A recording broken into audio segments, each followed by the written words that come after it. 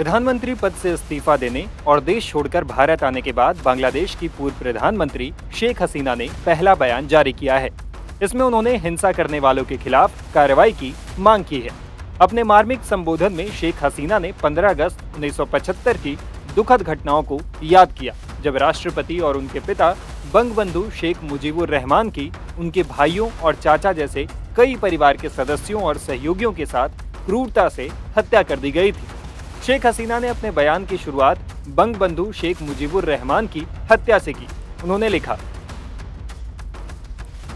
भाइयों और बहनों, 15 अगस्त 1975 को बांग्लादेश के राष्ट्रपिता बंगबंधु शेख मुजीबुर रहमान की निर्मम हत्या कर दी गई थी। मेरे मन में उनके प्रति गहरा सम्मान है। उस समय मेरी मां बेगम फजीतुल निसा, मेरे 3 भाई स्वतंत्रता सेनानी कैप्टन शेख कमाल, स्वतंत्रता सेनानी लेफ्टिनेंट शेख जमाल कमाल और जमाल की नवविवाहित पत्नी सुल्ताना कमाल, मेरा छोटा भाई जो उस समय केवल 10 वर्ष का था, उनकी बेरहमी से हत्या कर दी गई थी।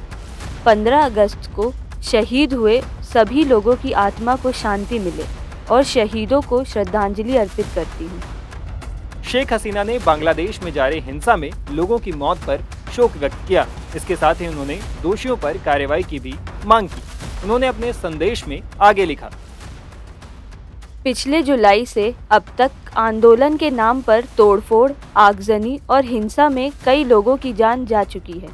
छात्र, शिक्षक, पुलिस, यहाँ तक कि महिला पुलिस, पत्रकार, सामाजिक कार्यकर्ता, कामकाजी लोग, आवामी लीग के नेता और संबद्ध संगठनों के कार्यकर्ता, पैदल यात्री और अलग अलग संस्थानों के कार्यकर्ता जो आतंकवादी हमले का शिकार होकर मारे गए, इन सभी लोगों की मौत पर मैं शोक व्यक्त करती हूँ और उनकी आत्माओं की शांति के लिए मैं प्रार्थना करती हूँ।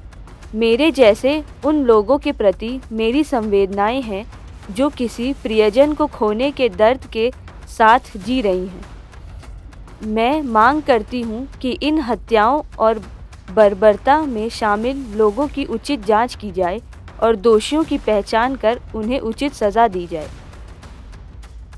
बांग्लादेश की पूर्व प्रधानमंत्री ने धानमंडी बंगबंधु भवन को आग लगाने की घटना को दुखद बताया।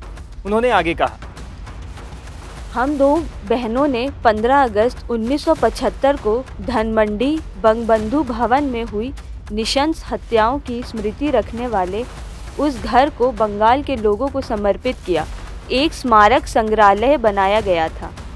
देश के आम लोगों से लेकर देश विदेश के गणमान्य लोग इस सदन में आ चुके हैं।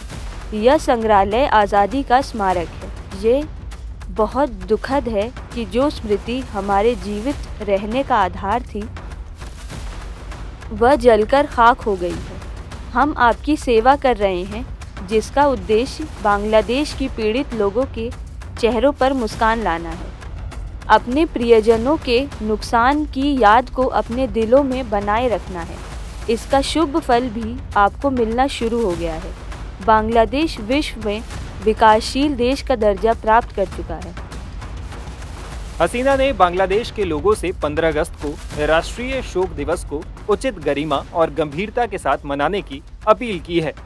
उन्होंने लिखा, राष्ट्रपिता बंगबंधु शेख मुजीबुर रहमान, जिनके नेतृत्व में हमें एक स्वतंत्र राष्ट्र के रूप में आत्मसम्मान मिला, अपनी पहचान मिली और एक स्वतंत्र देश मिला, उनका अपमान किया गया है।